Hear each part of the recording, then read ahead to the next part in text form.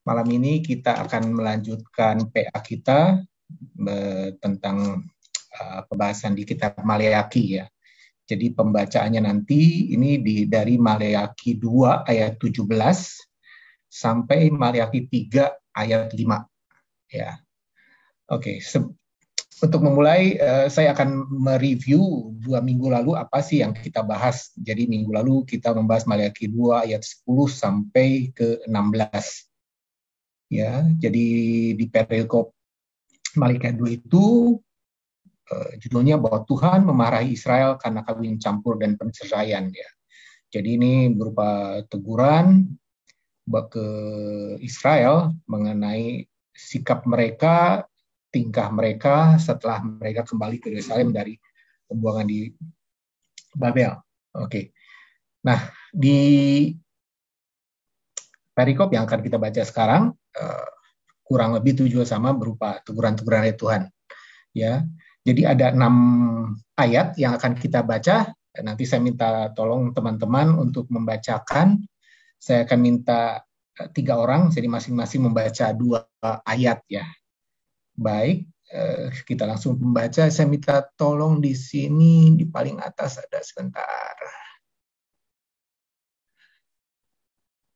Ada Esther. Bisa tolong baca 2 ayat ya.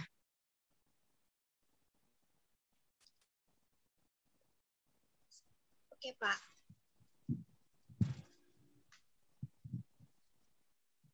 Ayat 17. Kamu menyusahi Tuhan dengan perkataanmu, tetapi kamu berkata, dengan cara bagaimanakah kami menyusahi Dia?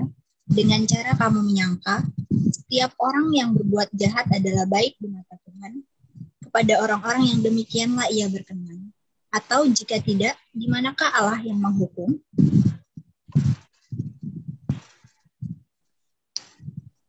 Kemudian lanjut ayat 1 ya, Pak?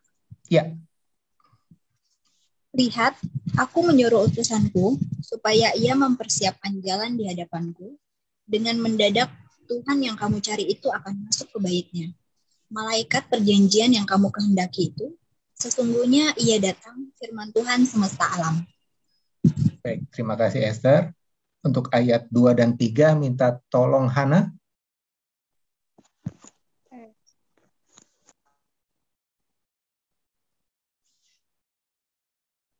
Dua dan 3. Siapakah yang dapat tahan akan hari kedatangannya? Dan siapakah yang dapat tetap berdiri apabila ia menampakkan diri?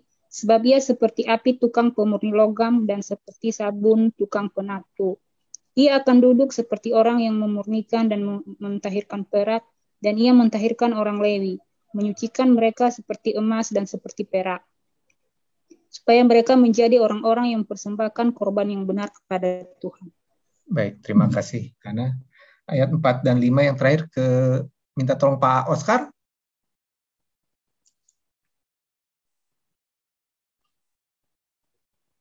Sebentar Pak ya. Ya.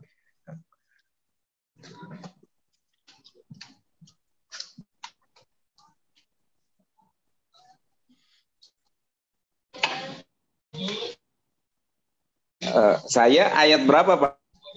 4 dan 5. Mulai. Ayat 3, 4 dan 5.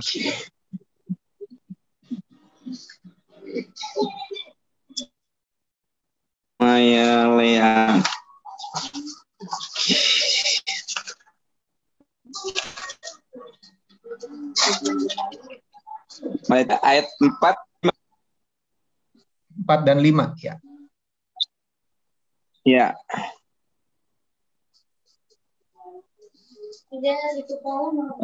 Maka persembahan Yehuda dan Yerusalem akan menyenangkan hati Tuhan seperti pada hari-hari dahulu kala dan seperti tahun-tahun yang sudah-sudah.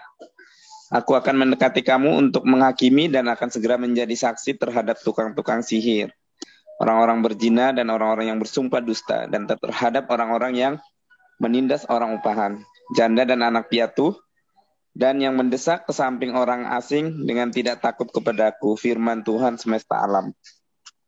Baik, terima kasih Pak Oscar. Jadi itu pembacaan kita dari Maliaki 2 ayat 17 sampai Maliaki 3 ayat 5 ya, dan 6 ayat yang sudah kita tadi baca bersama. Jadi kalau kita lihat secara garis besar bahwa pembacaan kita kali ini juga kurang lebihnya sama, berupa teguran-teguran dari Tuhan kepada umatnya, ya umat Israel. Ya, bahwa ini juga sama dimulai dengan tadi di ayat ke Maliaki 2 ayat 17.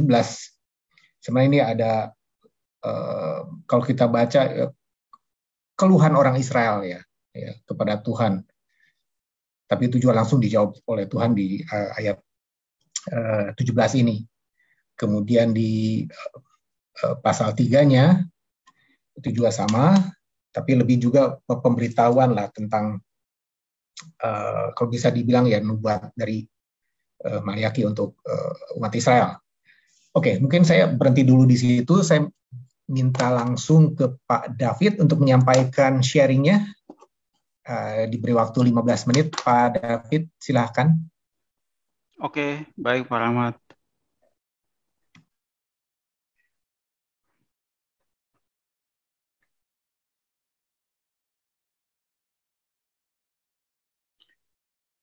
Oke, Bapak Ibu yang terkasih dalam Tuhan Yesus Kristus, malam ini kita bahas dari kitab Maliaki pasal yang kedua ayat 17 sampai dengan pasal 3 ayat yang ke-5.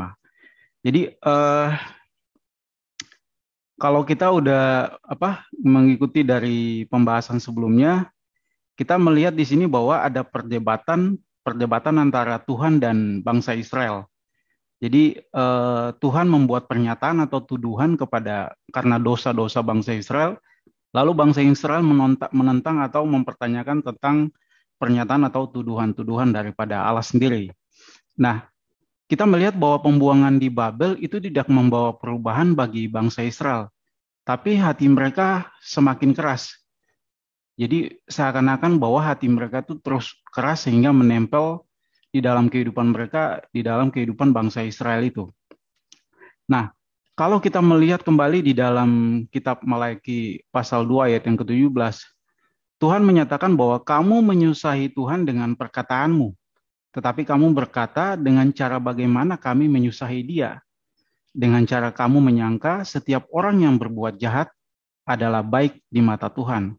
Kepada orang yang demikianlah Ia berkenan. Atau jika tidak, di manakah Allah yang menghukum?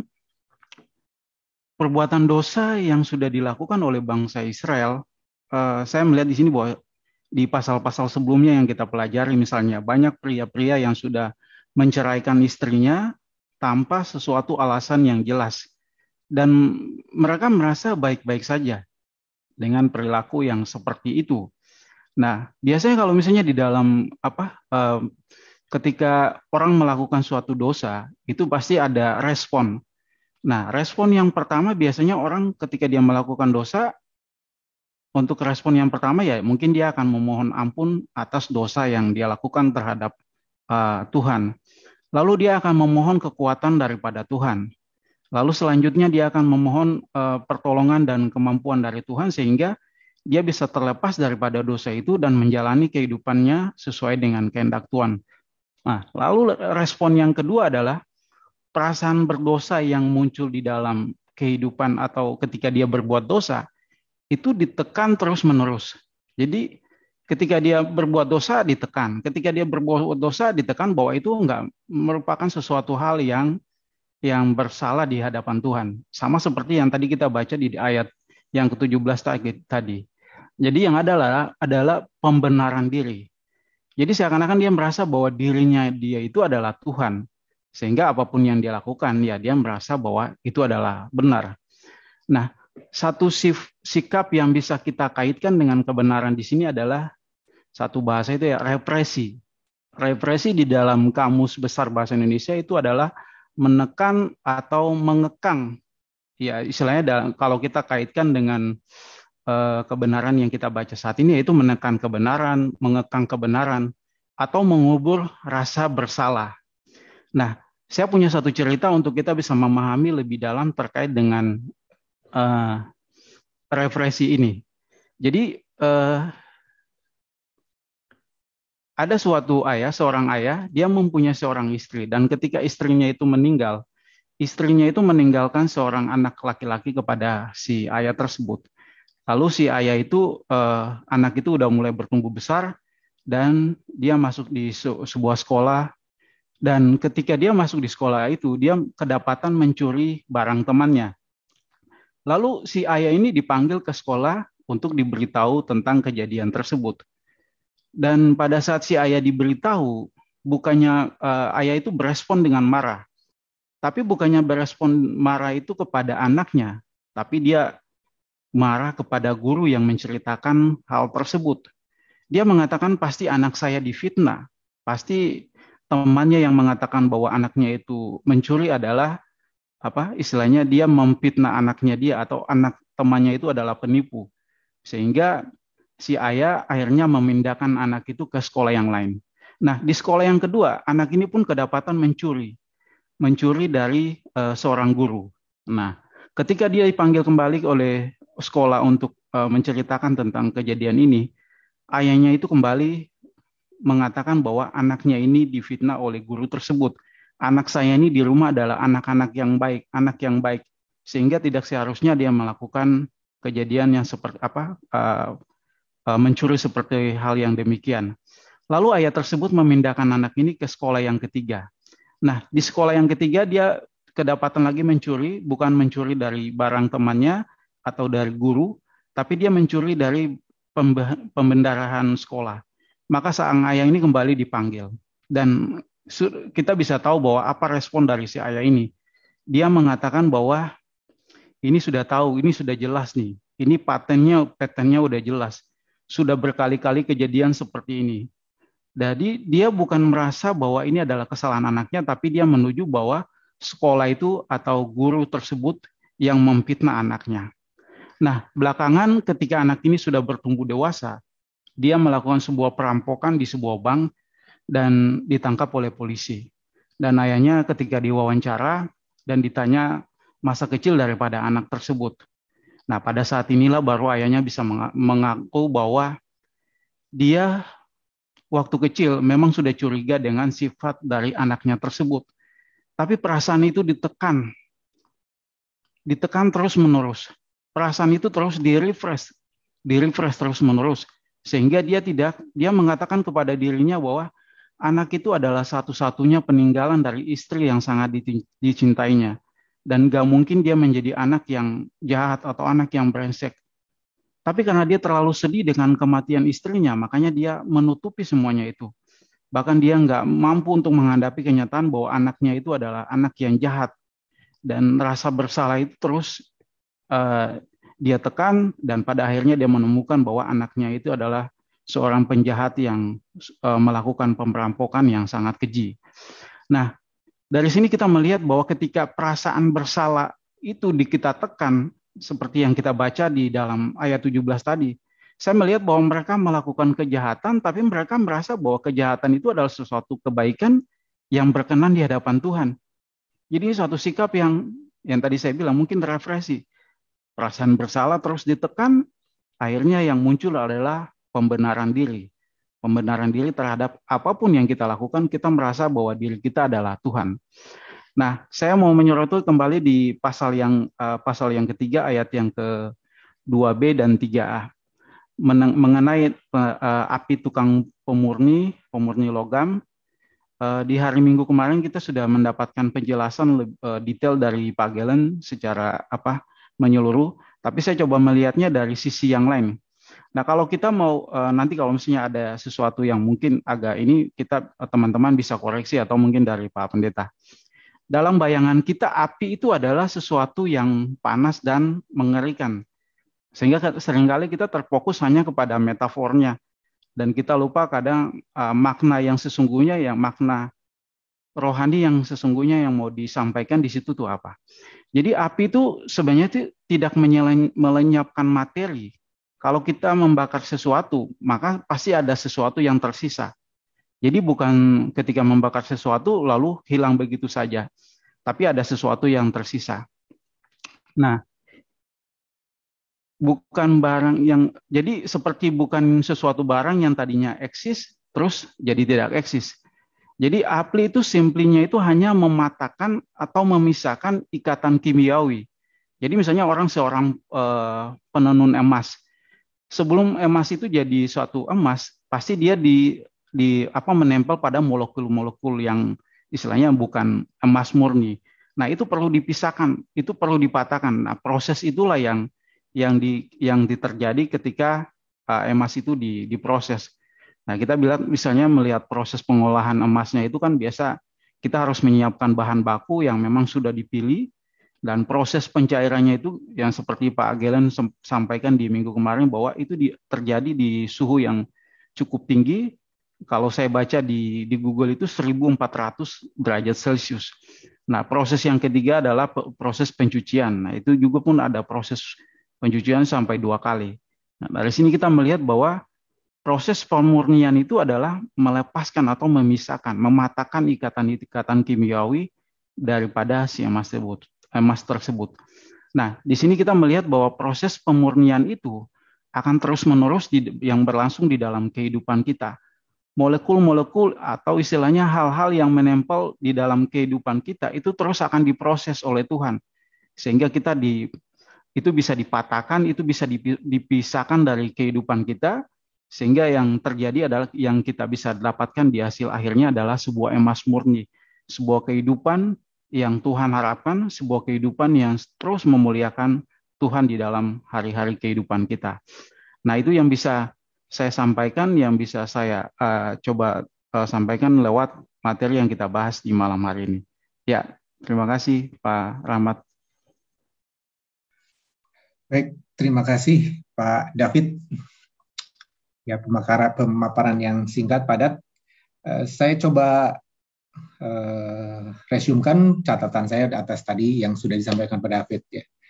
Jadi dari apa yang kita baca dari 2:17 sampai 3 yang ayat 5 Maleakhi ini dan sebelumnya itu adalah suatu perdebatan antara Tuhan dengan bangsa Israel, ya. Ya, itu kita bisa baca dengan jelas apa yang terjadi, percakapan, perdebatan gitu, ya.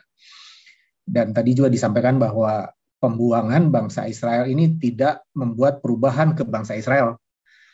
Padahal Tuhan membuang bangsa Israel dari negaranya ke Babel, terus balik lagi ke Yerusalem, sepertinya tidak ada perubahan apa-apa gitu. Ya, malah kelihatannya makin menjadi sampai Maleakhi kenapa harus datang dan menegur lah ya bangsa Israel. Ya, salah satunya tadi Pak David sampaikan bahwa bangsa Israel ini mungkin sudah menganggap dosa itu dan tidak merasa bersalah atas dosa yang telah dia perbuat gitu. Ya, sudah menganggap biasa. Mungkin juga bahwa ya itu sudah dianggap bukan dosa gitu. Ya. Nah, tadi kemudian respons yang semestinya terjadi atas dosa tadi Pak David sampaikan ada dua, yang satu mohon ampun, kemudian juga untuk meminta kekuatan Tuhan, pertolongan Tuhan, ya. Dan respon yang kedua tadi dan menekan rasa bersalah, ya. Dan yang itu juga pembenaran diri lah ya, dua sisi dari respons tadi Pak David sudah sampaikan contohnya. Itu dengan tadi yang kedua ini diistilahkan dengan represi, ya. Kemudian tadi dengan mengenai pemurnian api panas, ya, tadi itu juga pada disampaikan bahwa itu tidak menghilangkan unsur-unsur. Saya sepakat memang api tidak menghilangkan unsur-unsur, jadi ya memang memurnikan, memilah antara emas dengan materi lain, dengan kotoran, ya. Mungkin memang ada yang hilang terbakar, tapi kalau secara energi kan kekal energi itu tidak hilang, tapi berubah bentuk, ya. Itu kekalahan energi. Tapi intinya bahwa emas dibakar dengan api jadi lebih murni dari kotoran, dari partikel lain yang terdapat di dalam biji emas lah kalau kita bilang gitu. Kemudian itu juga sama dengan pencucian dengan sabun, ya. Jadi intinya bahwa pemurnian dengan api, dan pencucian ini adalah suatu proses dalam kehidupan yang diharapkan Tuhan untuk memuliakan Tuhan ya dari bangsa Israel. Mungkin itu yang bisa saya resume dari pemaparan sharing Pak David. Sebelum saya lanjutkan, mungkin ada dari Bapak, Ibu, teman-teman yang akan memberikan tanggapan dulu atas apa yang telah disampaikan Pak David. Silahkan. Ya, kita berangkat dari tadi apa yang disampaikan Pak David. Mungkin ada tanggapan, ada tambahan, ada sesuatu yang mau ditanyakan juga boleh. Silakan.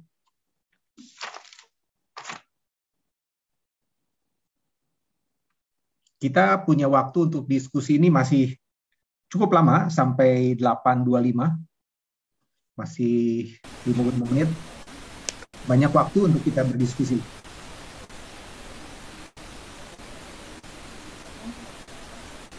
Silakan Bapak, Ibu, teman-teman semua.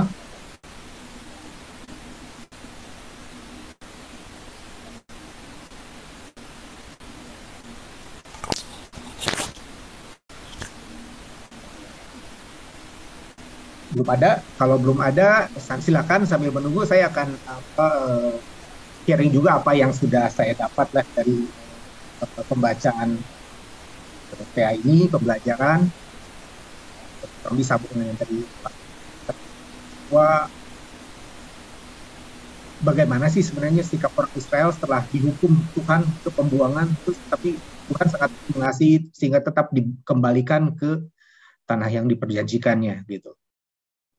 Apakah mereka merasa bersyukur, berterima kasih karena mengingat dosa mereka dihukum sehingga mereka akan kembali ke pangkuan Tuhan gitu ya. Apakah mereka belajar, berefleksi dari kesalahan sehingga mereka setelah dikembalikan ke tanah perjanjian bisa hidup sesuai dengan apa yang Tuhan maui, apa yang Tuhan rencanakan bagi mereka.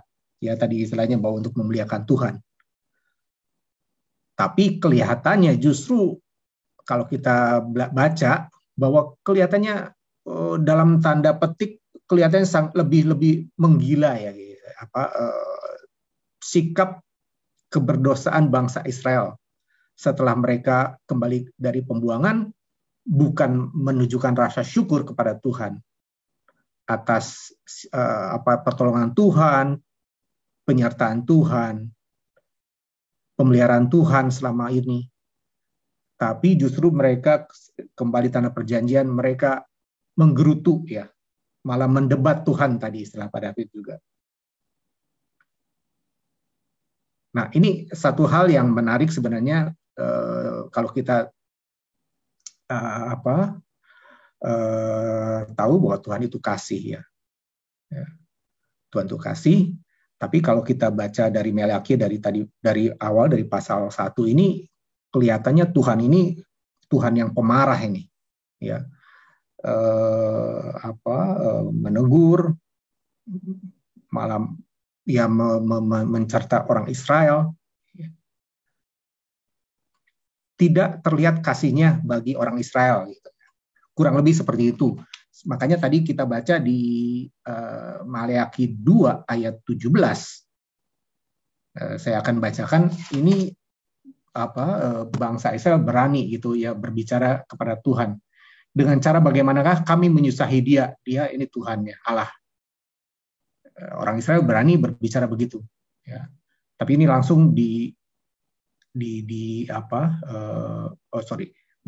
ada penjelasan lagi dengan cara kamu menyangka setiap orang yang berbuat jahat adalah baik di mata Tuhan. Kepada orang-orang yang demikianlah ia berkenan atau tidak, di manakah Allah yang menghukum? Ya. Itu juga suatu pertanyaan, suatu retorika yang disampaikan orang Israel bahwa mereka tidak menganggap Tuhan. Ya. Jadi kalau kita lihat dari ini, kita lihat bahwa sikap orang Yahudi tidak mencerminkan apa yang seharusnya menurut kita dilakukan ya. Mereka dikembalikan ke tanah perjanjian, mereka harusnya bersyukur. Tapi kelihatannya sampai di pembacaan kita di pasal 3 ini reaksi orang Israel, orang Yahudi itu negatif ya. Tidak menunjukkan rasa terima kasih dan segala macam itu. Ya. Oke, mungkin itu sedikit dari saya. Mungkin ada yang teman-teman sudah punya sesuatu yang mau di-sharing, silakan.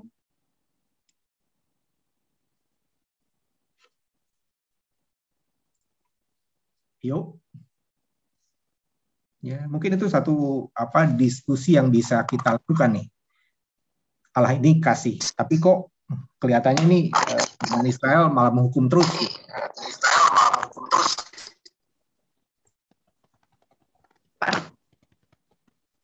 Silakan.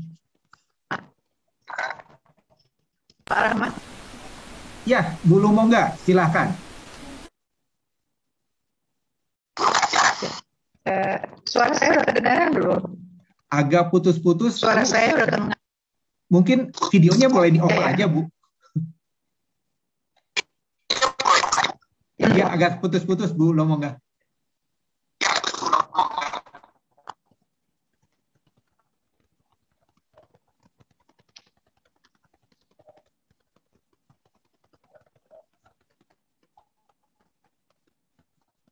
Masih putus. Ya.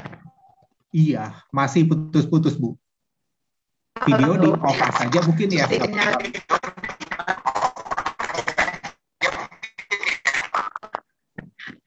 coba ya. Untuk pasal 17 ya, Pak Rahmat ya, yang jelas. Kalau saya melihat di ayat ini, menghalangi sedikit bunga. Bu Lumongga, maaf Bu, itu suaranya kresek-kresek sekali ya. Mungkin bisa tolong di-off-kan saja videonya. Ya.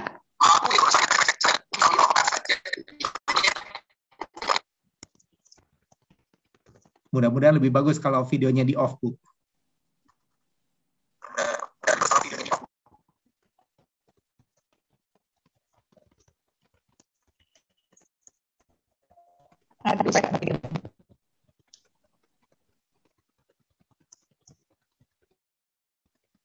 Silakan, Bu. Udah di-off ya sih. Ya, silakan. Ya.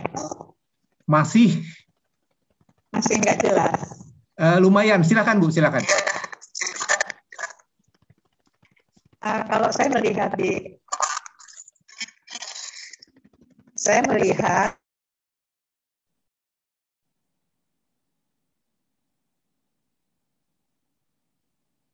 ayat 17 ini mengalami kebingungan. Umat Israel di ayat 17 ini, dari situ saya melihat kelihatannya mereka sedikit agak bingung. Ya. Makanya mereka bertanya, kok Tuhan kayaknya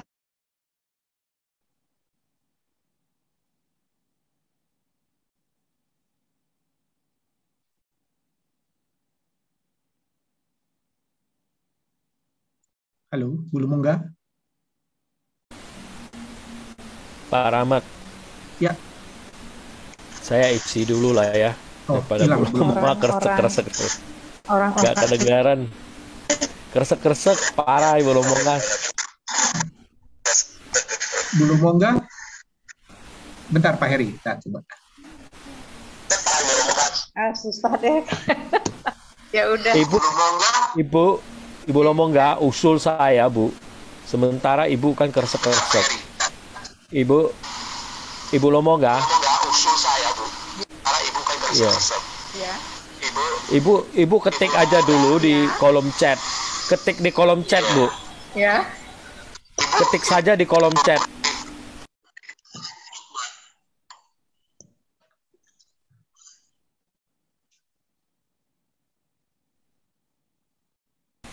Ibu ketik di kolom chat biar bisa kita baca, Bu.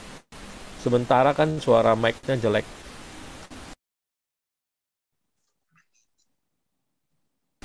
Ya, Bu Lumongga. Gimana?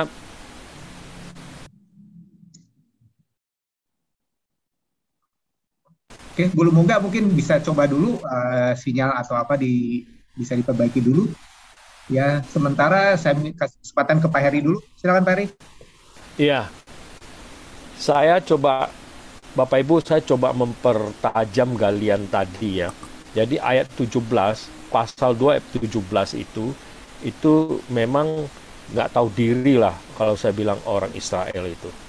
Ya, kelihatan dari banyak peristiwa di dalam perjanjian lama kita lihat mereka memang suka bersungut-sungut ya. Jadi memang mereka jauh dari Tuhan, selalu membuat dosa ya, selalu dosa, menolak Tuhan. Dia bisa benarkan yang salah jadi benar, tadi dikatakan kalau kita baca di ayat 17 itu. Nah, sebagai jawabannya Tuhan nggak langsung marah sama mereka, tetapi Tuhan menunjukkan bahwa akan datang saatnya. Tuhan mengatakan akan datang saatnya Dia mengutus, ya. Aku menyuruh utusanku supaya ia mempersiapkan jalan di hadapanku. Nah, kalau di dalam perjanjian, di dalam bahasa Indonesia sehari-hari itu bahasanya begini. Jawab Tuhan yang Maha Kuasa, aku akan mengirim utusanku untuk menyiapkan jalan bagiku. Nah, ini yang dimaksud adalah jelas suatu nubuat ya. Ketika Tuhan menjawab ketidakpercayaan umat itu di ayat 17 tadi. Maleaki menekankan ya, melalui Maleaki menekankan kepastian kedatangan Mesias, bahwa Tuhan akan datang sendiri. Nah, kita harus tahu bahwa sesungguhnya Tuhan sangat mengasihi umatnya, sangat mengasihi bangsa pilihannya ini. Makanya Tuhan sebelum datang sendiri, sebelum mengutus, di sana juga ada nubuat tentang kedatangan Yohanes Pembaptis yang akan membuka jalan bagi Tuhan Yesus, ya. Sebelum Tuhan Yesus sendiri datang, di situ jelas Tuhan menunjukkan kasih-Nya yang berulang-ulang. Kita tahu bahwa Tuhan sudah mengutus para nabinya sebelum ini, sebelum Maleaki ngomong pun Tuhan sudah mengutus nabi-nabi kepada bangsa ini. Ya, memang bangsa ini tegar tengkuk seperti itu. Nah, saya lanjutkan lagi sedikit. Sebelum ia datang, yaitu Mesias, ia akan mengutus seorang, tadi saya bilang, Yohanes yang membuka jalan. Itu kita bisa lihat nanti ya, kedatangan Yohanes, yaitu seorang yang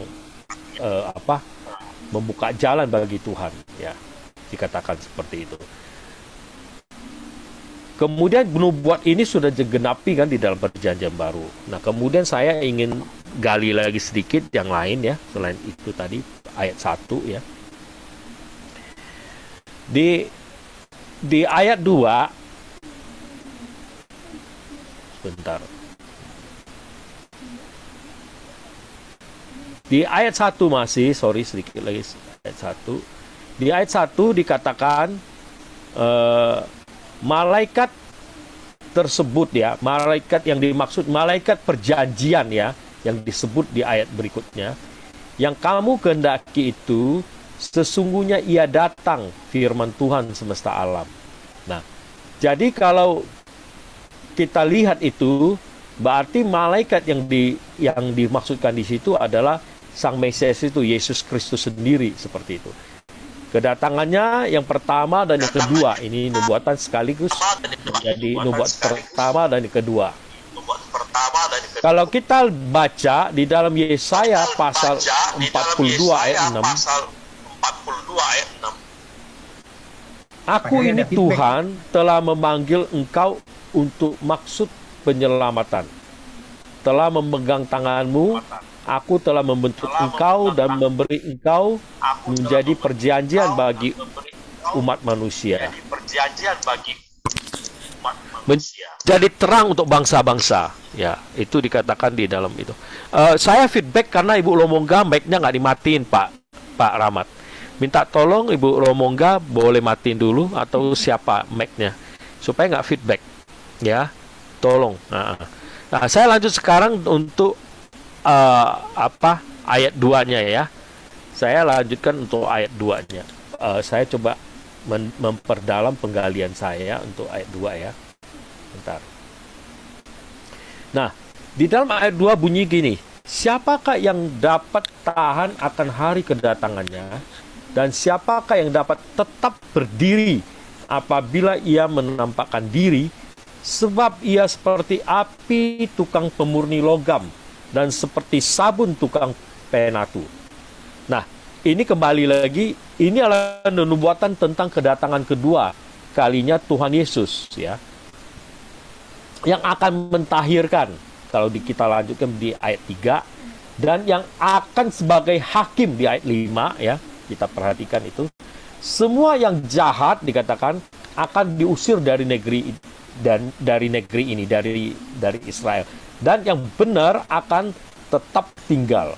Nah, kita kalau mau lihat lebih dalam lagi, itu juga ada ayat silangnya di Yesaya 1 ayat 25, Yehezkiel 22 ayat 17 sampai 22, kalau mau lihat ayat silangan pembicaraan soal ini. Nah, Nabi Yoel menggambarkan kedatangan Tuhan Yesus yang kedua itu seperti ini. Matahari akan berubah menjadi gelap gulita dan bulan akan menjadi darah sebelum datangnya hari Tuhan yang hebat dan dahsyat itu. Nah, di dalam perjanjian baru di Yohanes, kitab Yohanes juga, Injil Yohanes juga sebut Tuhan datang digambarkan seperti pencuri ya. Dia datang seperti yang tadi ayat 2 katakan ya. Tiba-tiba aja seperti itu, mengagetkan seperti itu ya. Nah, kemudian masih di ayat 2 ya, ada beberapa gambaran lain lagi kalau kita mau lihat tentang gambaran kedatangan Tuhan Yesus itu. Di dalam Matius 16 ayat 27 dikatakan begini, sebab anak manusia akan datang dalam kemuliaan Bapaknya diiringi malaikat-malaikatnya. Pada waktu itu ia akan membalas setiap orang menurut perbuatannya. Di dalam Wahyu juga dikatakan 1 ayat 7, lihat ia datang dengan awan-awan dan setiap mata akan melihat dia, juga mereka yang telah menikam dia, dan semua bangsa di bumi akan meratapi dia. Ya amin.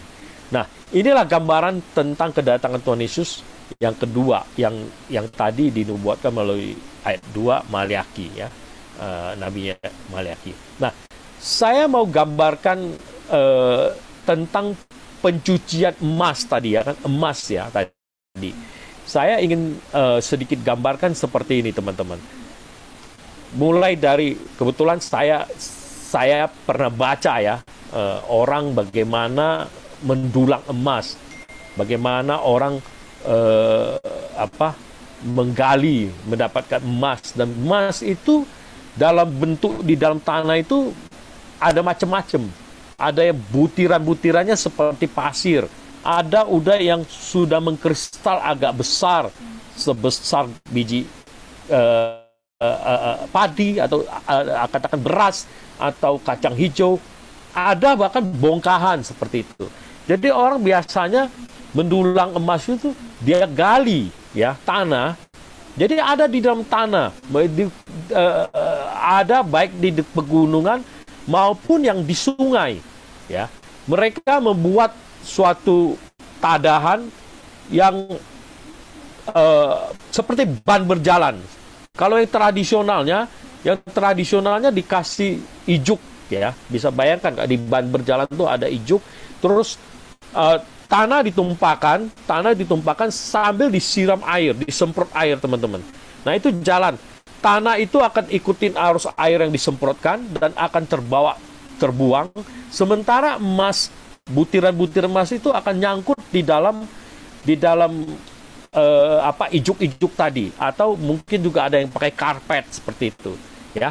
Nah teman-teman, prosesnya masih panjang. Jadi betul yang digambarkan itu menyakitkan. Nah, kenapa? Karena proses itu ada yang pakai air raksa, ya. Jadi butir-butiran tadi itu tidak langsung jadi emas. Itu masih kuning tapi belum mengkilau. itu digodok di api yang sangat tinggi suhunya. Bukan api kompor. Ingat nggak minggu lalu Pendeta Galen sudah gambarkan. Itu bisa 1000 derajat Celcius ke atas. Nah, itu dicampur air raksa. Kemudian dia akan memisah mana butiran-butiran emasnya, mana kotorannya, ya. Seperti itu. Nah, kalau di dalam Perjanjian Lama digambarkan itu sanga. Istilah kata sanga itu adalah karatan, ya, yang ada pada besi, yang ada pada logam. Itu dikikis, itu dibantu dengan air raksa tadi, dibuang. Jika segala karatan, kotoran itu kebuang, tinggallah logam yang murni tadi, emas. Emas itu masih ada proses lagi, dilelekan, dicetak, dibentuk sebagaimana diinginkan, entah itu emas batangan, entah perhiasan. Jadi memang melalui suatu proses yang panjang dan menyakitkan. Saya ingin mengilustrasikan ini supaya kita bisa belajar bahwa kehidupan anak-anak Tuhan, ya, juga demikian. Selain orang Tuhan akan datang kedua kali untuk menghakimi bangsa-bangsa, akan menghakimi seluruh umat manusia, baik yang percaya apapun tidak, yang jelas yang tidak percaya akan binasa. Dan yang percaya sama Tuhan Yesus, itulah yang diselamatkan. Tetapi kita sebagai orang anak-anak Tuhan yang sudah mendapatkan jaminan harapan keselamatan di dalam Kristus, kita pun akan melalui proses yang panjang seperti emas ini. Ya, seperti emas ini. Jadi proses itu, penghakiman itu untuk kedua kali Tuhan Yesus datang. Tetapi di dalam perjalanan hidup orang Kristen, ketika kita sudah diselamatkan dan tinggal di muka bumi ini, kita juga melalui suatu proses. Sehingga kerohanian kita semakin bertumbuh. Nah, kalau saya gambarkan seperti emas tadi, maka sangat menyakitkan. Nah, tetapi yang bertekun di dalam penderitaan itu, proses Tuhan itu, maka dia akan murni seperti emas. Di dalam Perjanjian Baru dikatakan semakin mengkilau. Nah, itulah kira-kira. Jadi memang kalau kita dapat masalah, ya, itu sangat menyakitkan. Masalah, apalagi gambaran seperti Rasul Paulus menginjili, dia di dalam penderitaannya seringkali diancam maut, kapal karam, dianiaya, ya. Tetapi ada sukacita di dalamnya karena dia tahu persis Tuhan Yesus memprosesnya supaya motivasi kemurnian imannya semakin terlihat. Nah, itu dululah yang saya mau bagikan. Masih ada nanti di ayat 3 dan 4, 5, ya. 3 dan 4, 5 hampir bergandengan. Itu dulu Pak Rahmat, ya. Saya ingin gali sedikit tadi. Terima kasih. Ya, baik. Terima kasih Pak Heri. Jadi kalau saya tangkap yang utama dari yang Pak Heri sampaikan, yang pertama tentang nubuatan. Ya, ini juga yang saya dapat ya di Maleakhi 3, 1-5 ini, nubuatan. Yang pertama, nubuatan tentang kedatangan Mesias, Yesus Kristus sendiri. Ya, itu di ayat 1, dan kita bisa artikan itu dengan Yohanes Pembaptis. Dan yang menarik, yang kedua, ini juga tentang kedatangan Tuhan Yesus yang kali kedua, ya, di ayat kedua. Itu menarik untuk kita dalami lebih lanjut sebenarnya. Terus poin yang kedua tadi Pak Heri tentang tentang api penyucian, segala hal yang disampaikan, bahwa itu sesuatu yang memang diperlukan, ya, supaya kita menjadi umat Tuhan yang sesuai dengan tujuan Tuhan menciptakan kita, ya. Dan itu proses yang memang tidak mengenakan, ya, tidak mungkin juga tidak disukai, tapi itulah yang harus dilalui, ya. Dan rasanya sih tidak ada satu orang pun yang dikecualikan, termasuk kalau kita lihat murid-muridnya sendiri, para rasul, nabi, tidak ada yang terkecuali melewati masa periode atau pencobaan, bukan pencobaan, pemurnian lah, ya. Baik, itu mungkin Bu Lomonga sudah membaik koneksinya. Bu Lomonga, silakan. Tahu apa? Kedengeran nggak? Masih kerasa-keresak? Hah? Masih. Udah bagus, Bu. Udah bagus. Kedengaran? Bagus, jelas, Bu. Kurang lebih ya apa yang diungkapkan oleh Pak Heri tadi barangkali di ayat 17 itu kurang lebih ya sama. Jadi memang umat Israel pada waktu itu pengenalannya akan Tuhan agak kacau. Mungkin karena kehidupan mereka di pembuangan yang sudah terlalu lama dan mereka tidak dapat pengajaran yang benar dari imam-imam mereka, sehingga mereka bingung. Kok orang-orang yang jahat, orang-orang yang tidak melakukan firman Tuhan, hidupnya justru yang makmur, yang mempunyai kedudukan, dihormati. Jadi agak terbalik. Kok justru yang seperti itu yang mendapat anugerah. Tapi orang-orang yang baik justru hidupnya susah. Jadi mereka agak bingung. Makanya mereka bilang, dengan cara apa? Sampai mereka berpendapat kayaknya yang disayang sama Tuhan itu, yang diberkati sama Tuhan itu adalah orang-orang yang tidak baik. Gitu. Jadi pemahamannya, pengenalannya akan Tuhan agak kacau.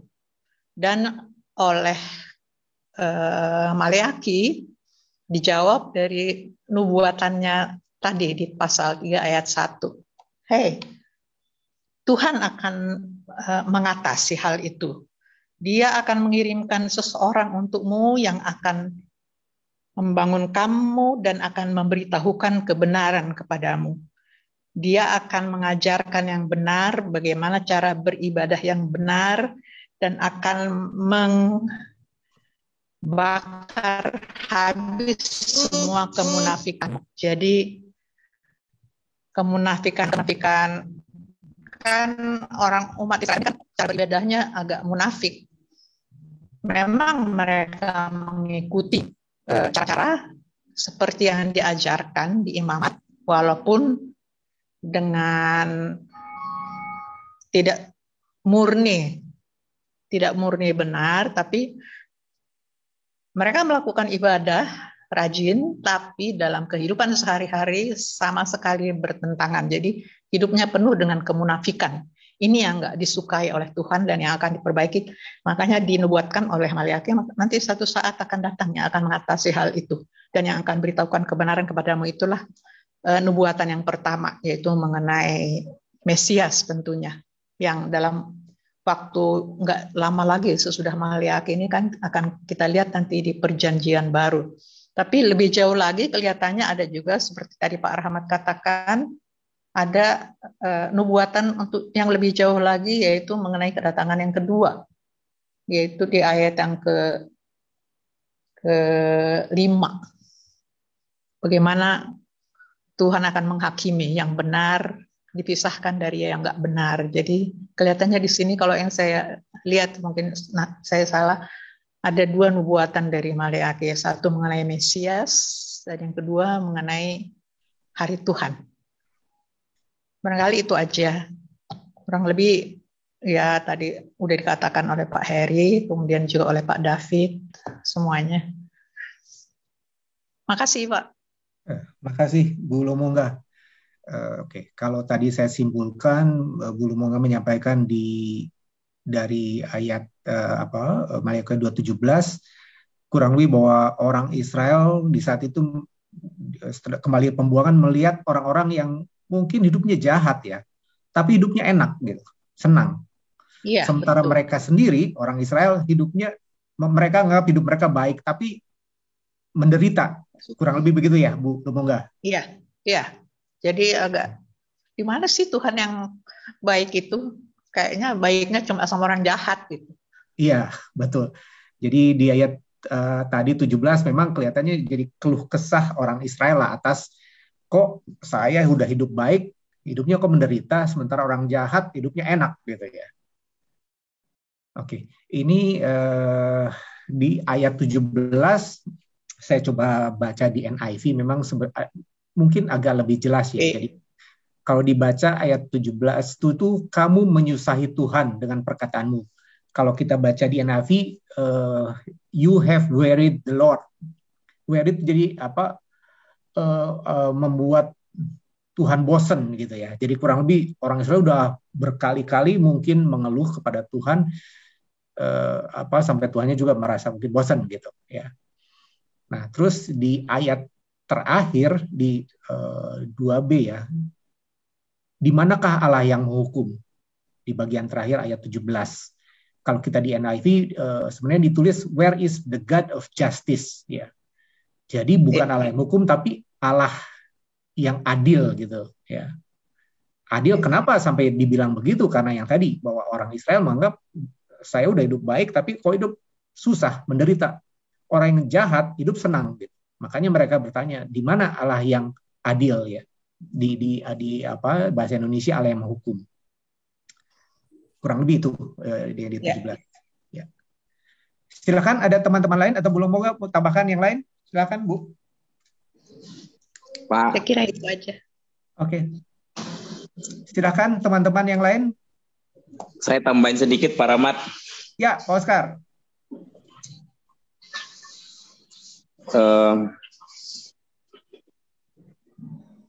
Ini kalau menurut pengamatan saya ya, artinya dalam hal ini kita berdiskusikan begitu ya. Nah, kalau yang saya lihat ini kan perikopnya judulnya itu adalah Tuhan datang untuk menghukum. Kalau saya ada dua sisi dalam hal ini sebenarnya apa yang judulnya itu benar sih, Tuhan datang untuk menghukum. Cuman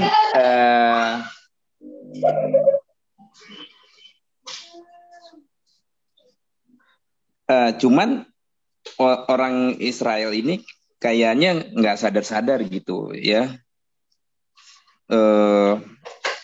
Nah, selain menghukum tapi kasih Tuhan itu yang luar biasa. Mungkin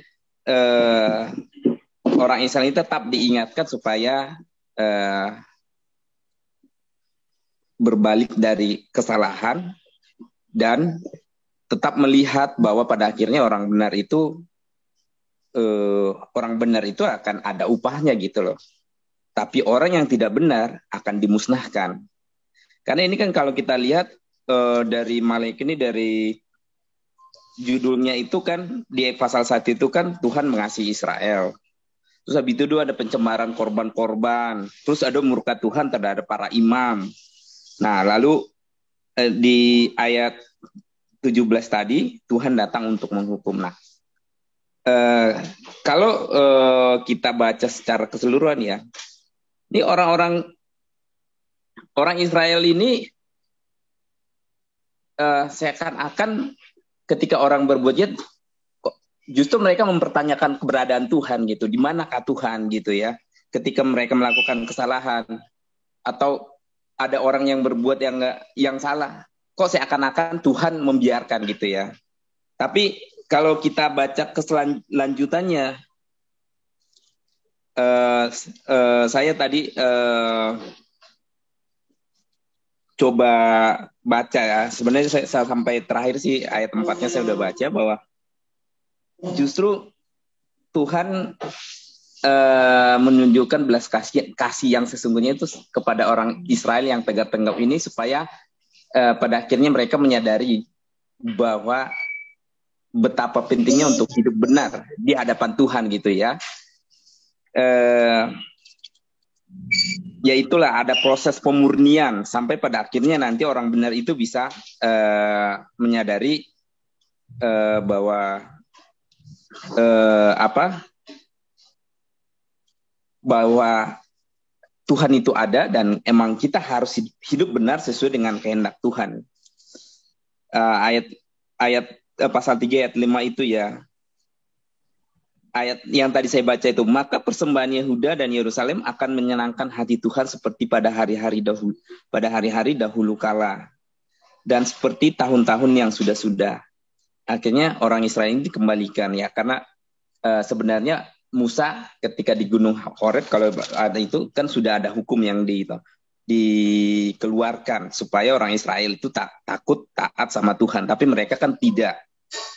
Nah, dan mereka melakukan hidup dengan caranya mereka, seakan-akan juga Tuhan tidak ada di situ ya. tapi pada akhirnya Tuhan juga mengingatkan. Nah, kalau saya tadi dengar ya ada proses pemurnian ya, seperti halnya waktu di padang gurun kan, bagaimana orang Israel itu boleh ditempah. Ya tadi sudah banyak lah yang itu ya, bagaimana supaya orang itu bisa pada akhirnya menyadari bahwa kita harus takut akan Tuhan dan hidup benar. Nah, tapi dalam proses untuk mencapai ke sana kan ada pemurnian. Tadi udah membicarakan analoginya bagaimana emas itu ya dipanaskan, dimurnikan lah. Nah, itu memang tidak mudah. Nah, tapi saya mau garis bawahi bahwa dalam hal ini poinnya yang saya tangkap adalah Tuhan itu Maha Kasih, tapi Dia juga menghukum, dan orang yang tidak taat sama Tuhan akan dihukum dan dimusnahkan. Nah, kalau saya boleh lompat, mungkin sorry nih agak lompat terlalu jauh.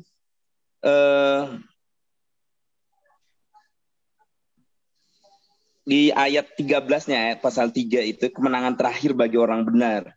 Bicaramu kurang ajar tentang aku, firman Tuhan. Tetapi kamu berkata, apakah kami bicarakan di antara kami tentang engkau?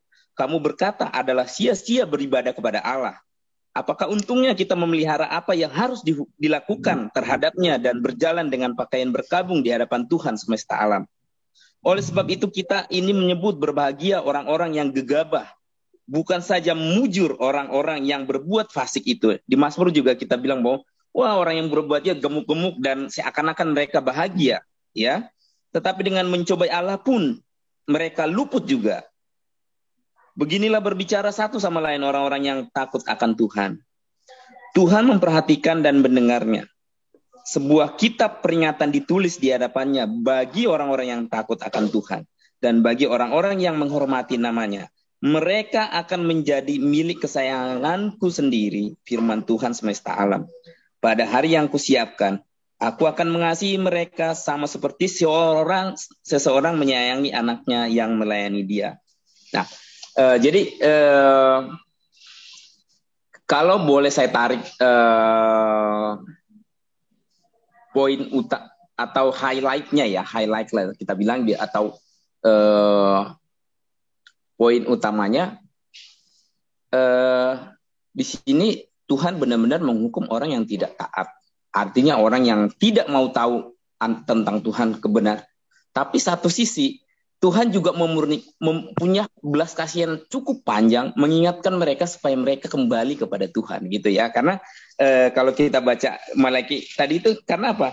Karena Tuhan mengasihi Israel gitu loh. Sekalipun orang Israel ini tegar tengkuk, seakan-akan mereka nggak berarti, tapi Tuhan tetap mengasihi ya. Tuhan tetap mengingatkan bahwa Tuhan itu ada, Tuhan itu tetap menunjukkan kasihnya sekaligus. Dia Maha Kasih dan dia Maha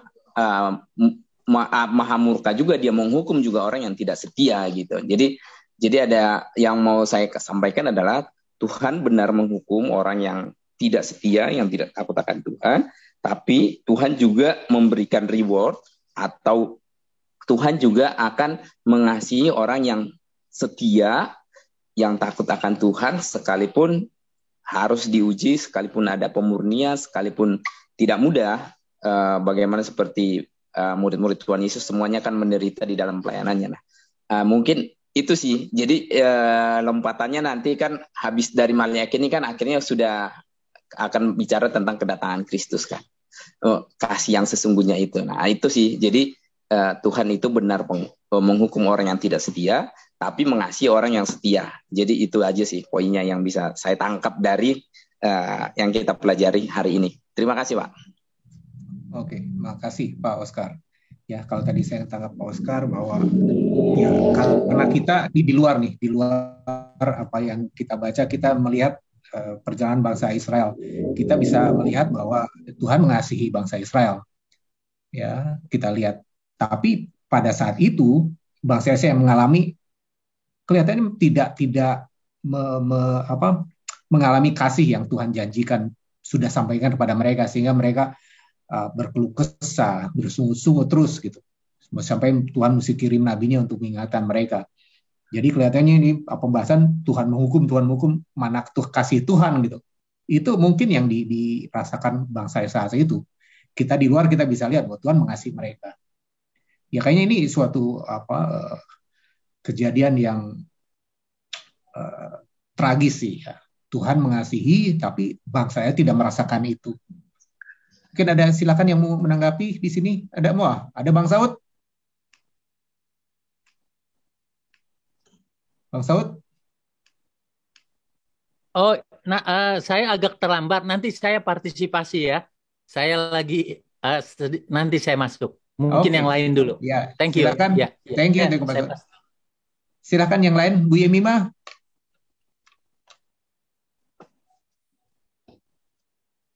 Ada yang mau ditambahkan, disampaikan, Bu?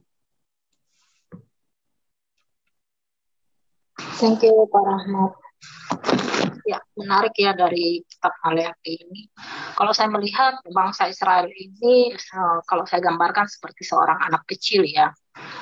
Bagaimana dia pandangannya terhadap perlakuan orang tua terhadap dirinya gitu ya.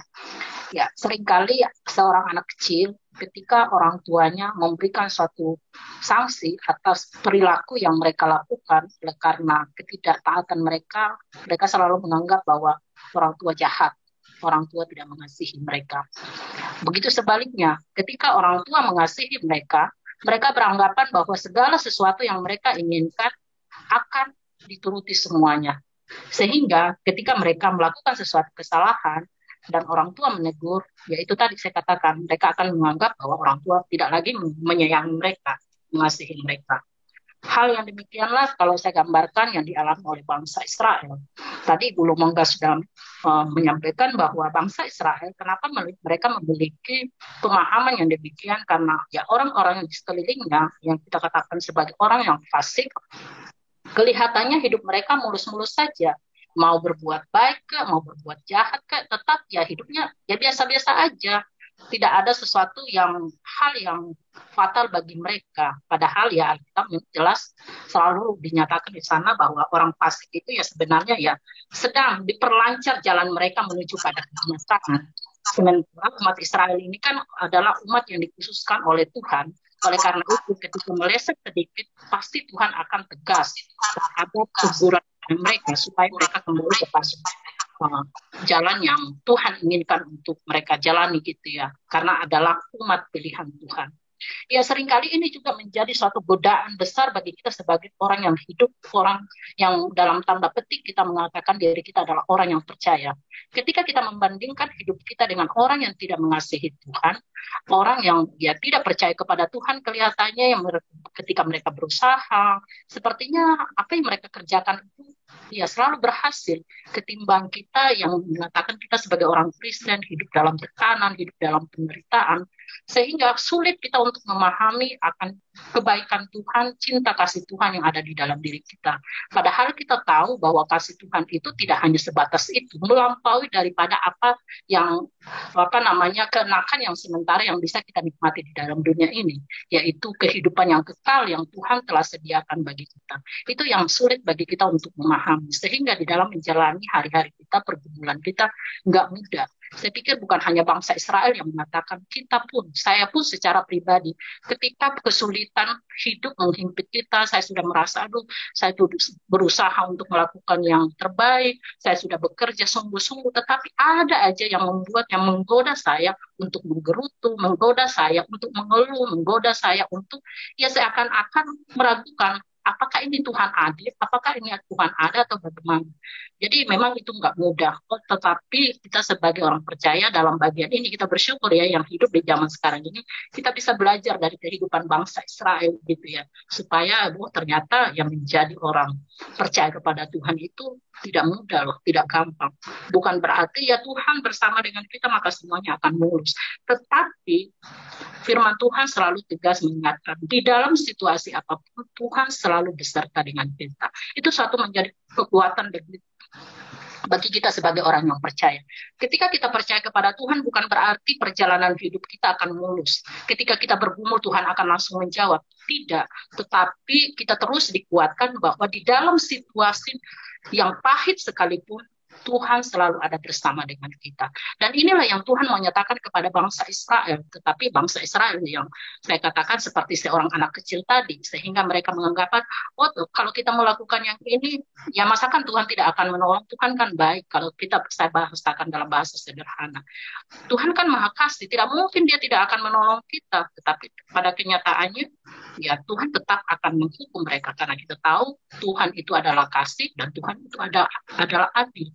Dan ini dua bagian tidak akan pernah dipisahkan. Itulah bukti cinta kasih Tuhan bagi kita sebagai orang percaya. Ketika kita meleset sedikit saja dari apa yang Tuhan inginkan, Tuhan pasti akan menghajar kita. Berbeda dengan orang yang memang ya pada akhirnya akan dibinasakan. Jadi mau hidup seenak apapun dia, masih dalam keberdosaan mereka pun, ya Tuhan biarkan saja, karena dengan jalan itu memang dia akan dihukum. Tetapi berbeda dengan orang yang memang dikhususkan oleh Tuhan secara khusus, ya kita sebagai orang yang percaya. Jadi ya memang jangan pernah bermain-main ya dengan apa yang telah Tuhan tetapkan. Ini tidak boleh, itu boleh, ya itu benar-benar kita harus perhatikan. Kalau kita mengukur dengan kekuatan kita, tidak ada yang mampu. Oleh karena itu kita terus-menerus diingatkan melalui pembelajaran firman Tuhan. Tidak ada yang terlalu kuat di antara kita ini. Saya pikir gambaran hidup bangsa Israel ini menelanjangi hidup kita sendiri gitu ya.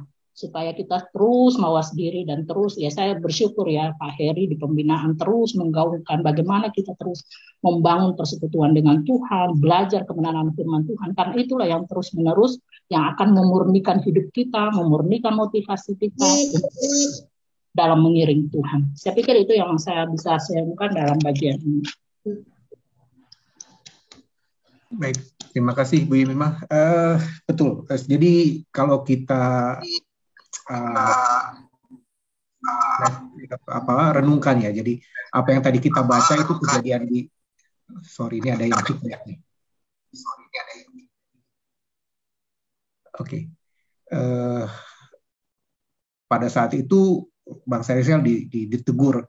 Tapi kalau kita lihat kurang lebih ini juga relevan dengan kondisi kita sekarang ini ya. Baik dalam aspek keagamaan kita maupun kehidupan masyarakat lah secara umum. Ya, apa kita kondisi keberagaman kita dan kehidupan kita lebih baik dari Israel? Rasanya sih menurut saya juga tidak gitu. Malah kalau lihat kejahatan mungkin lebih jahat dibanding yang Israel lakukan.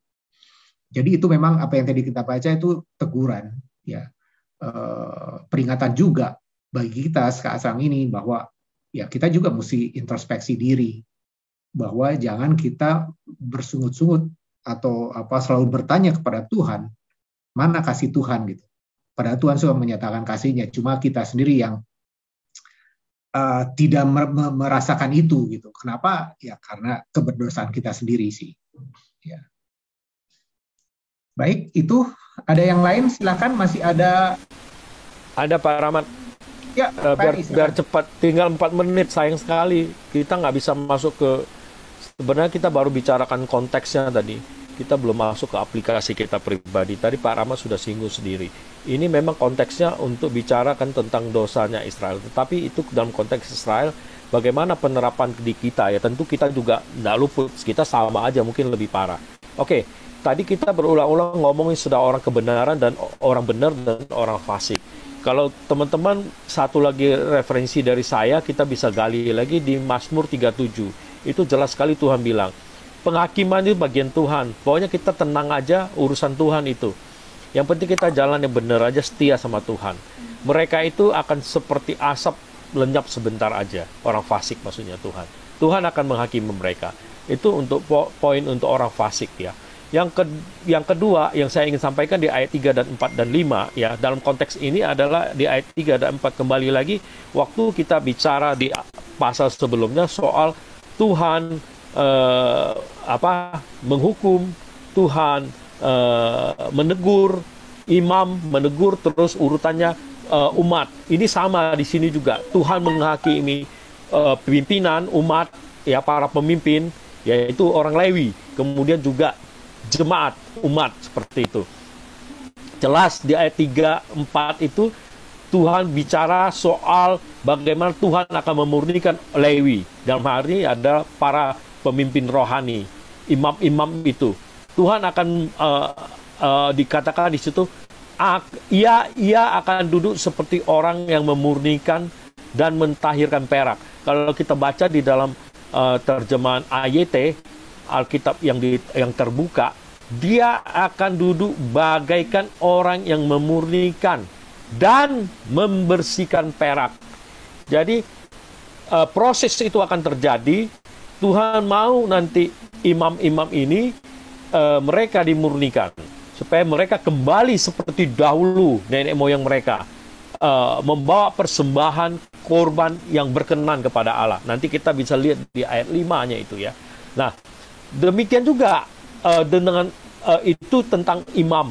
Di ayat 5 itu tentang umat. Dikatakan, aku akan mendekati kamu dan menghakimi, dan akan segera menjadi saksi terhadap tukang-tukang sihir, orang-orang berzina, dan orang-orang yang bersumpah dusta, dan terhadap orang-orang yang menindas orang upahan, janda-janda dan anak piatu, dan yang mendesak ke samping orang asing dengan tidak takut kepadaku, firman Tuhan. Nah, saya ingin menggarisbawahi selain tadi bahwa ini penghakiman juga. Tadi ayat 3-4 bicara soal imam-imam pemimpin rohani. Di ayat 5 bicara tentang manusia. Tuhan akan menghakimi yang pendusta, yang penzina, yang menjadi pemilik pengusaha atau owner yang memeras keringat anak buahnya, karyawannya, orang asing yang kita tidak perhatikan.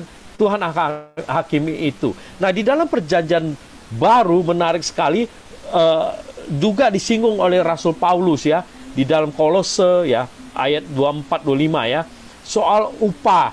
Tuhan tidak pandang bulu, Tuhan akan menghukum pemilik yang tidak memberikan upah yang baik buat karyawannya, yang memeras ya. Jadi itu bagian penghakiman dari Tuhan kepada manusia. Nah, orang asing ternyata juga diatur. Kenapa? Tuhan mengingatkan bahwa mereka itu orang Israel, mereka itu pernah jadi orang asing di Mesir. Mereka pernah diperas sama Mesir. Nah, Tuhan tidak ingin itu terjadi, orang Israel melakukan hal yang sama terhadap orang asing yang ada di negeri Israel. Makanya aturan ini ada juga di situ dibicarakan. Nah, kemudian ada satu lagi yang ingin saya sorotin. Bahwa kalau kita lihat, ini menarik sekali ayat 5 ini ya. Bahwa di situ ada diatur soal ekonomi, soal sosial ya, seperti itu ya. Baik untuk umat maupun orang yang diam di negeri itu, orang asing dalam hal ini. Tuhan bela itu, Tuhan tidak tutup mata untuk itu. Nah, ini yang menarik. Saya kira sekarang tinggal bagaimana kita belajar menjadikan ini aktual di dalam hidup kita. Saya ingin memberikan apa yang saya dapatkan dari sini. Saya bersyukur kepada Tuhan ya, karena anugerah keselamatan udah pasti. Kristus yang sudah datang untuk menyelamatkan kita, bukan hanya Israel. Kemudian jelas tema besar di sini adalah fokus terhadap kemunafikan orang Israel. Nah, kita juga harus belajar. Saya pribadi belajar. Saya jangan jadi munafik. Nah, saya juga kalau mengasihi saudara-saudara seiman, siapa saja yang saya kasih, tidak boleh pura-pura. Seperti Rasul Paulus bilang di dalam Roma pasal 12 ya. Jangan munafik, jangan kasih yang berpura-pura, jangan bertopeng seperti itu. Dan hiduplah kudus sebagai seorang pemimpin ya. Kita jangan itu menjadi contoh para imam selalu kalau yang busuk itu bukan dari tubuhnya dulu, dari kepalanya dulu ya. Kepalanya busuk. Kalau ikan, kita memilih ikan ya jelas dari kepala dulu itu ikannya busuk. Kalau matanya udah cekung, matanya udah merah, instangnya udah tidak berlendir dan tidak merah, itu tandanya dagingnya udah nggak enak ya. Nah, yang terakhir saya belajar ya, kalau kita sudah ditegur Tuhan, peka ya, dan segeralah bertobat. Itu Bapak Ibu, saudara-saudara yang kasih Tuhan. Terima kasih Pak Rahmat, terima kasih Bapak Ibu semua. Terima kasih Pak Heri. Ini ada kesempatan 2 menit terakhir. Kalau ada yang masih mau menyampaikan sharing apa yang didapat, silakan 2 menit terakhir. Ada?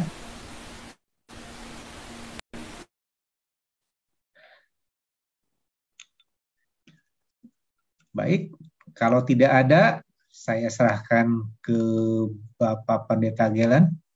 Silakan Pak Pendeta. Ya, baik. Terima kasih. Minta bantu untuk Bu Yemima. Ini laptop saya dari tadi keluar masuk terus nih. Kurang stabil kayaknya jaringan. Ya, baik. Ya, ini menarik ya. Ini kemarin hari Minggu sudah sempat dibahas, lalu hari ini PA-nya juga sama. Ya, mungkin ada yang bertanya. Ya, salah satunya adalah karena kalau PA nggak semua jemaat ikut, ya. Dan seperti misalnya Ibu Lumongga kan bukan jemaat GRI, tetapi ikut PA. Jadi karena itu kita juga membahas di kitab Maleaki PA-nya, sama dengan minggu eksposisi juga. Yang kedua, tidak ada masalah ya di baik di ibadah minggu maupun di PA sama-sama Maleaki. Tidak apa-apa, bahkan ada satu gereja besar di Surabaya beberapa waktu lalu, waktu seminar saya sempat bincang-bincang. Mereka ciri khasnya di gerejanya adalah PA tengah minggunya memang membahas khotbah minggu sebelumnya. Ya, membahas khotbah minggu sebelumnya. Dan itu rutin. Kalau kita hari ini kebetulan beradu, ya khotbah minggunya sama dengan tema PA-nya. Ya, kalau di gereja mereka di Surabaya itu memang selalu begitu.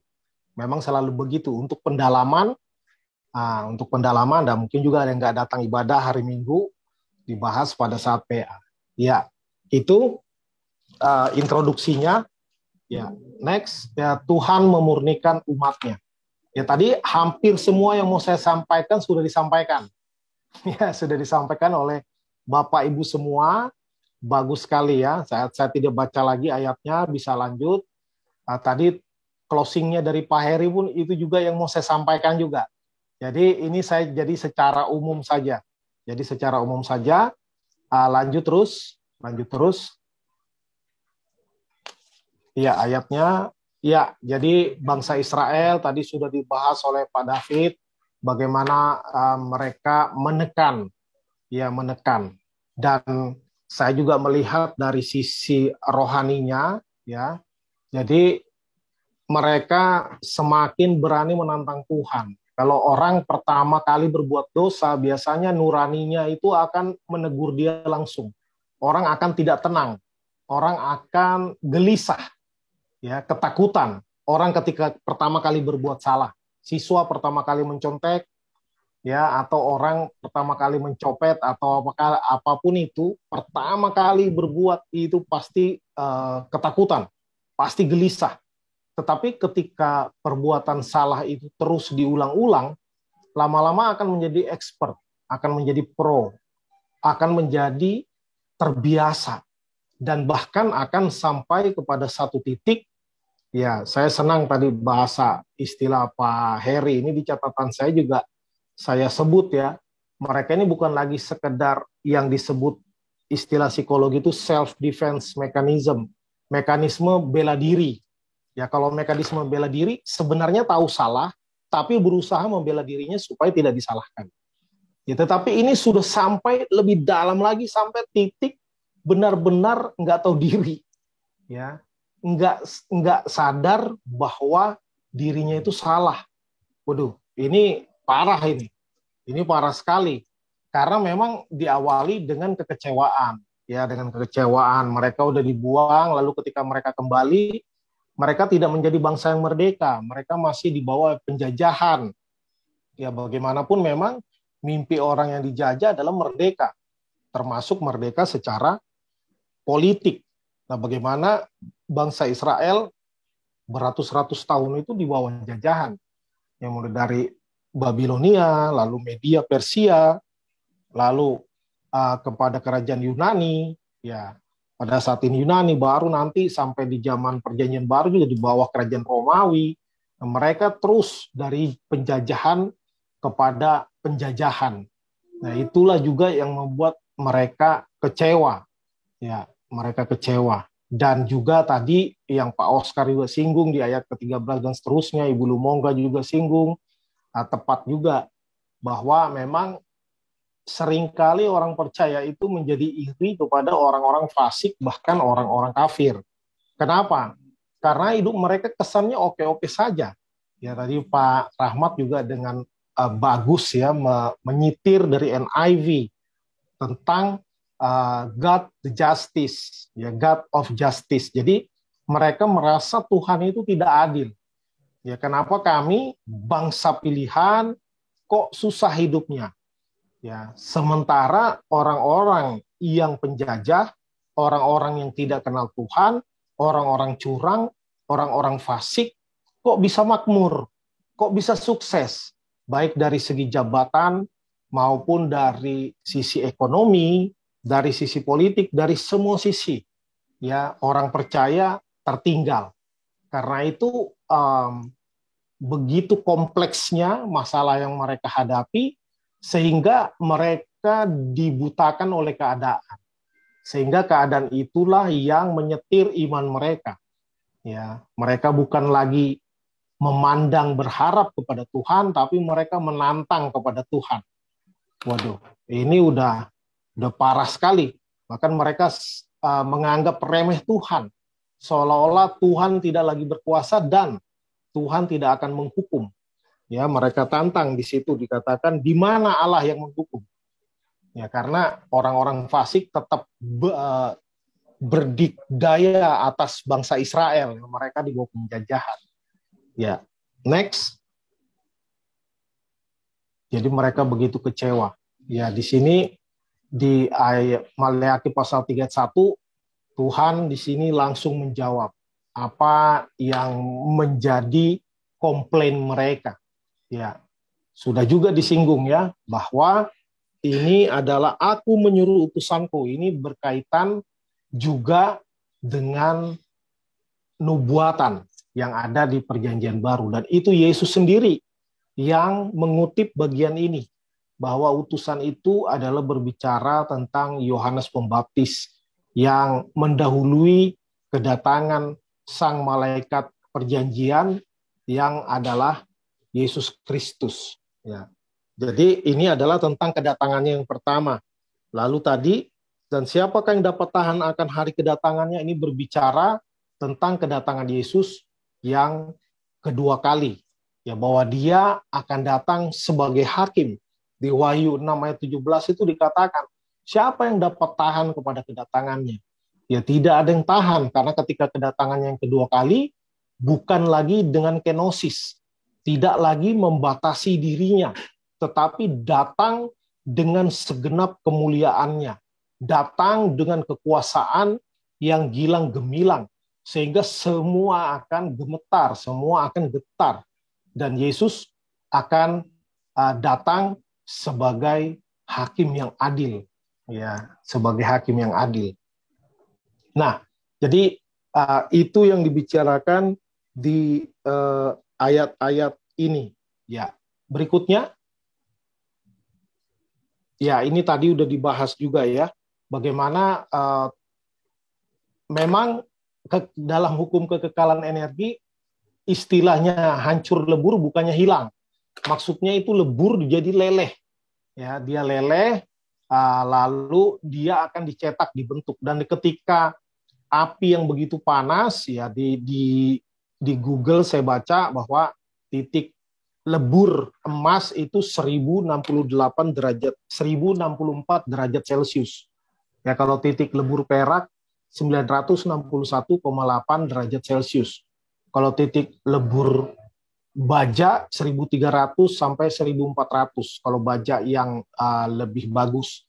Ya, kalau baja yang kadarnya rendah dan besi itu 1500 sampai 1538 derajat Celcius. Nah, itu dipanaskan sedemikian rupa supaya melebur, tujuannya juga supaya murni, supaya partikel-partikel, molekul-molekul apa yang tertempel, yang tercampur kepadanya menjadi terpisah, sehingga kembali menjadi murni. perkara nanti mau dicetaknya digabung lagi sama emas biar lebih kokoh gitu kan. Jadi misalnya emas 18 karat misalnya, karena dicampur dengan logam lainnya bisa, tapi awalnya itu dia harus dimurnikan. Ya memang itu tekniknya, dan itu tadi Pak Heri sudah menjelaskan, beliau baca ya. Saya juga pernah lihat waktu saya ke Sintang bagaimana itu bentuk karpet.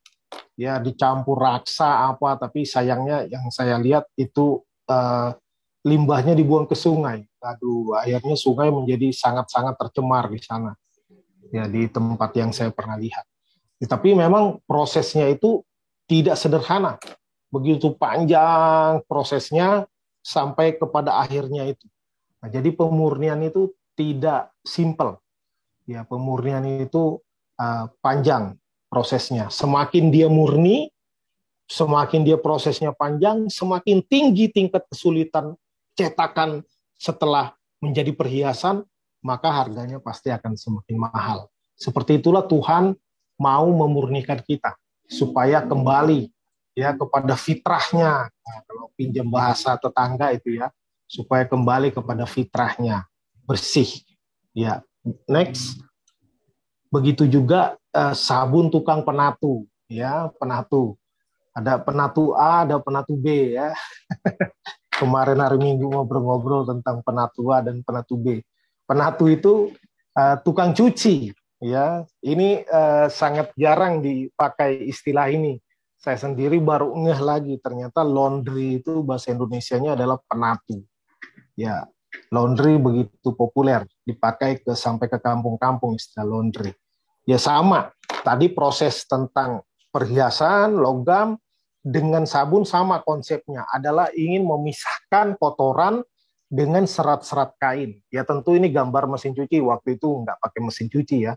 Waktu itu pasti proses yang manual dengan menggunakan tangan.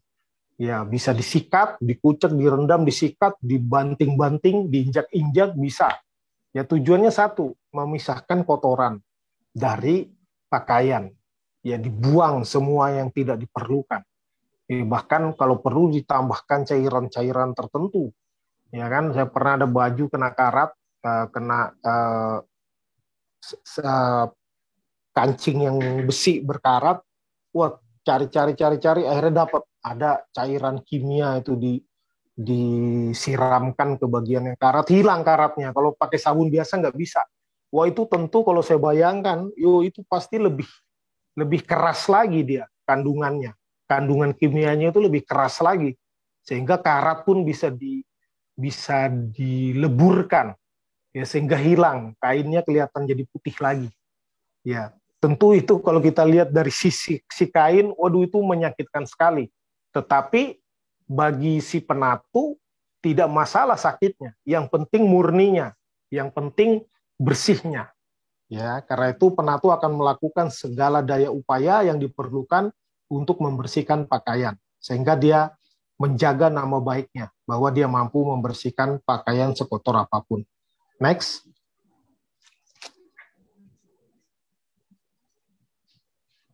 Ya, ini tadi dikatakan Yesus akan menjadi hakim, ini tentang kedatangannya yang kedua, sekaligus sebagai saksi. Jadi di kitab Wahyu pasal 1 ayat ke-4 sampai ke-6 itu disebut bagaimana dikatakan Yesus adalah saksi yang setia. Ya, dia adalah saksi yang setia. Dan sebagai saksi, Yesus Kristus melihat, mengetahui, mendengar apapun yang kita kerjakan. Ya, karena dia adalah bagian dari Allah Tritunggal, Allah yang maha hadir. Memang pernah hadir di dunia dalam bentuk kenosisnya, tubuhnya. Tetapi kemudian Yesus juga di dalam Allah Tritunggalnya, tentu ketiga oknum Allah yang esa ini tahu apa yang pernah, telah, sedang, dan akan kita lakukan. Nah, dia akan menjadi hakim, tapi sekaligus sebagai saksinya. Nah, kalau sebagai saksinya, maka kita tidak bisa menyembunyikan apapun yang pernah kita perbuat.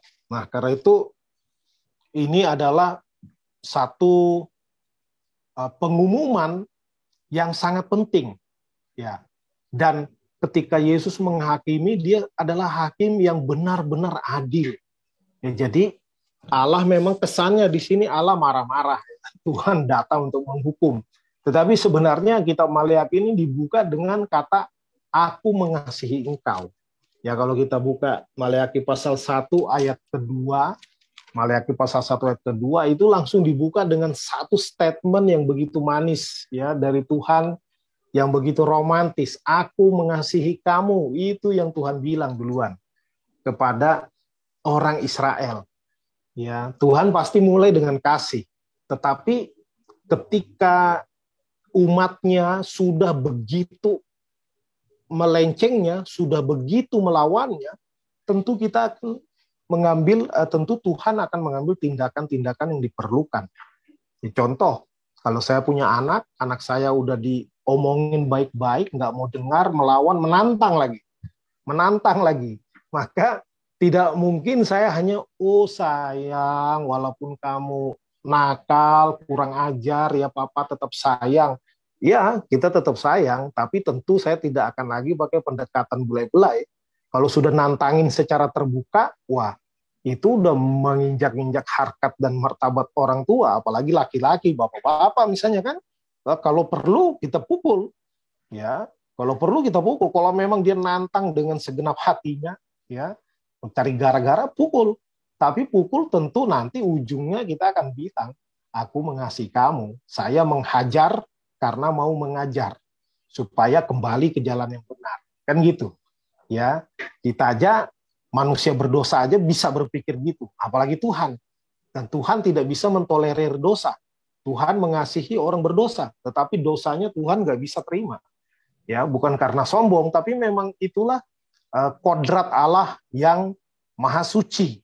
Ya, pasti kejahatan akan diadili oleh Tuhan.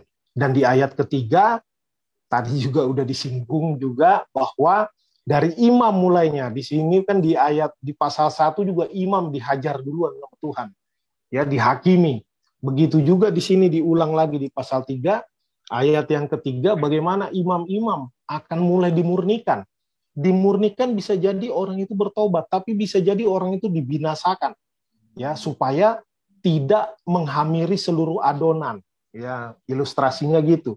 Kita melihat bagaimana di titik-titik tertentu dalam sejarah, Tuhan sengaja memberi contoh yang paling ekstrim. Untuk apa? Untuk memberikan pelajaran supaya orang-orang lain dan generasi-generasi selanjutnya menjadi gentar dan tidak main-main. Ya, anak-anak dari Harun, anak-anak Imam Eli, ya, ada yang namanya Nadab, ada yang namanya Abihu, Hofni, Pinehas, yaitu anak-anak imam. Bahkan Harun anaknya imam besar, ya. Anaknya dihajar sama Tuhan, dibunuh katanya. Ya, dibunuh karena mempersembahkan api asing di hadapan Allah. Jadi keras sekali. Tapi mungkin yang lain nggak sampai dibunuh oleh Tuhan. Ya, ada Ananias dan Safira yang menipu, tapi langsung mati. Ya, tapi ada orang-orang fasik yang berbohong, menipu, curang, tapi tetap jaya, tetap kaya. Ya, kalau kita belajar dari Mazmur 73, Mazmur Asaf, memang disebutkan, akhirnya di ayat-ayat berikutnya sampai akhir, tapi lihatlah kesudahan hidup mereka. Orang-orang yang seperti itu bukan Tuhan tidak adil, Tuhan membiarkan bagaikan rumput dan gandum dan lalang. Murid-murid bilang, bagaimana itu Tuhan, dicabut aja lalangnya. Enggak, biarkan sama-sama. Nanti akan setelah selesai panen nanti baru lalang-lalang akan disikat semua. Jadi masalahnya yang terbesar adalah kita mau mengatur Tuhan. Ya, caranya menghakimi pun kita maunya pakai cara kita. Itu yang sering keliru di dalam kehidupan. Ya, jadi kita harus kembalikan. Caranya itu cara Tuhan. Keadilannya itu keadilan Tuhan. Bukan keadilan peri kemanusiaan dan peri keadilan. Ya, Tuhan punya cara yang melampaui kemampuan kita. Ya, berikutnya tadi sudah disebutkan. Ya, langsung habiskan semua saja. Ya, ada tukang-tukang sihir, ada orang-orang berzina, ada orang yang bersumpah dusta. Ya, maaf, ini HP saya juga sudah mau habis baterai, jadi harus sambil dicas. Iya. Slide sebelumnya. Ya, ada bagaimana orang masih pakai berkaitan dengan kuasa-kuasa gelap. Kemarin juga hari Minggu ada yang sharing ya tentang pawang hujan. Ya. Sebenarnya dunia kuasa-kuasa metafisika itu ya daripada datang ke setan mending datang kepada Tuhan. Tuhan yang paling sakti istilahnya kalau pakai bahasa kliniknya gitu kan. Tuhan yang paling sakti. MMT kemarin 2 malam berturut-turut, malam KKR itu, paginya itu hujan, siang hujan, sore hujan. Tapi kita terus doa, kita terus berharap. Saya juga berdoa juga. Tapi 2 kali KKR, tiap malam cerah malam, besoknya hujan lagi. Ya, itu bagaimana hal-hal yang sifatnya di luar pemikiran manusia bisa terjadi. Dan kita sebagai orang percaya nggak usah takut. Ya, daripada kita ikat hubungan dengan kuasa gelap kepada Tuhan. Tuhan sanggup menyingkirkan hujan, kenapa nggak sanggup? Ya, Tuhan sanggup dan itu terbukti. Dan seringkali juga itu untuk case-case tertentu Tuhan izinkan, Tuhan lakukan mujizat.